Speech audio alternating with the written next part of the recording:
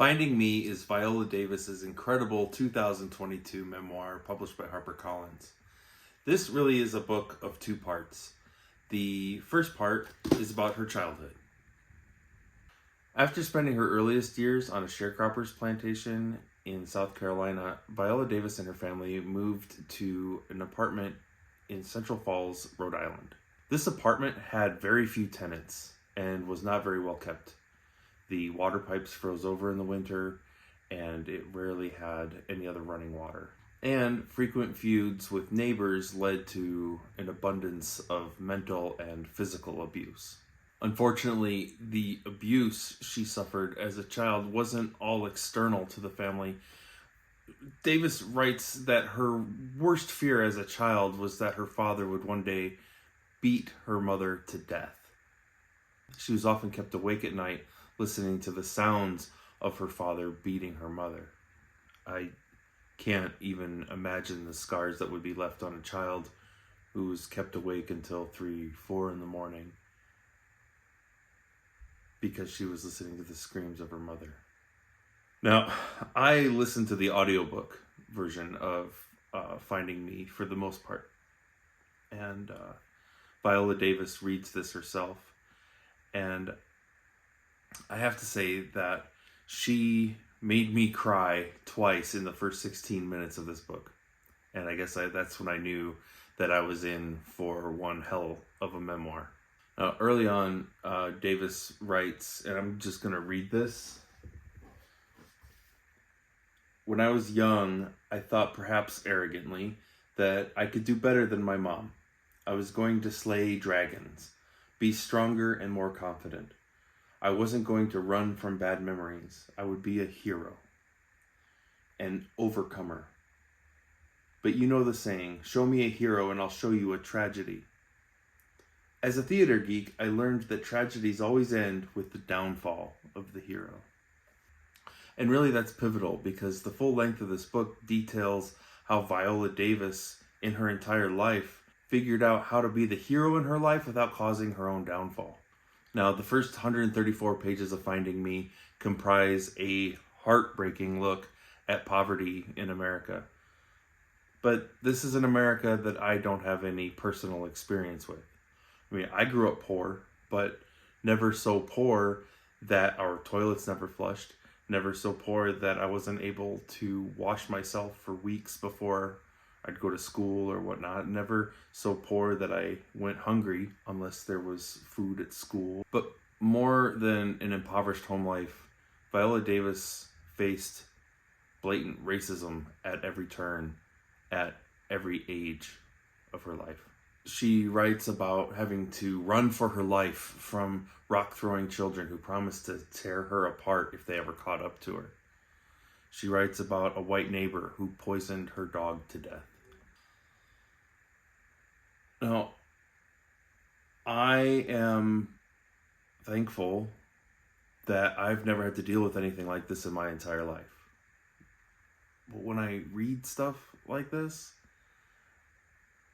I don't know exactly how to say it, but I'm embarrassed, I'm angry, but really, I'm very uneasy talking about this aspect of Viola Davis's life, the racism that she encountered. This is not a perspective that I feel like it's very appropriate for me to comment on. So I'm just going to express gratitude that she decided to share this with the world because I'm better for having read it. And I'm gonna move on. Part 2 of Finding Me comprises her ascent into Hollywood. And I guess that's the last 156 pages of the book or so. And I thought that when we were going to get to this point of the book, I would start to lose interest. I don't typically have a lot of interest in Hollywood stories, but not a bit of it. I was captivated by Davis's spirit all the way through to the end. Her determination to live life on her own terms. She amplified her own talent with the people who she was surrounded by and looked up to, people like Meryl Streep and Octavia Spencer. But part 2 isn't just a Hollywood story. During part 2, Davis frequently calls back to her childhood, kind of casting light into the shadowy corners that she had never explored before, really discovering who she was, finding herself, finding me. But it wasn't just herself. She writes very beautifully about how her mother and father found peace towards the end of her father's life. And despite all of the abuse and all of the hurt he caused in his life, when he finally died, she writes about how moving that was for her personally and for her mother. And it was a moving part of the book. I was very touched by it. I didn't think that was going to happen. That was very unexpected. And in writing that, especially that part with her father, it underscored sort of the whole point of the book, I think. It reinforced the whole first half of the book, talking about her own past.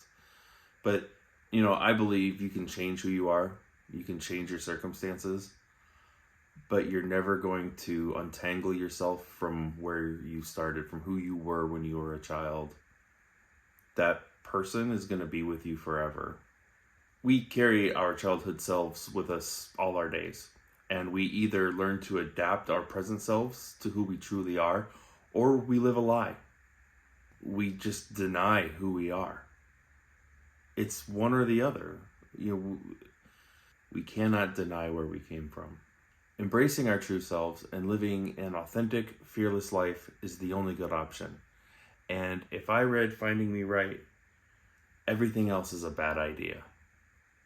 Anyway, that's what I took from it. I'd love to hear what you thought of Finding Me if you read it. If there's some big themes that I've missed, put them down in the comments. Let me know. And if there are any other memoirs that you think I ought to read, throw them my way. I don't normally read a lot of memoirs, but this one was terrific, and I absolutely recommend this to everybody. Whether you've seen her films or not, read this book. She's got a life that's worth finding out about. It's this book is illuminating, and I found myself doing some soul searching of my own, reading about her life. So, Viola Davis, Finding Me, highly recommend. And we'll see you in the next one.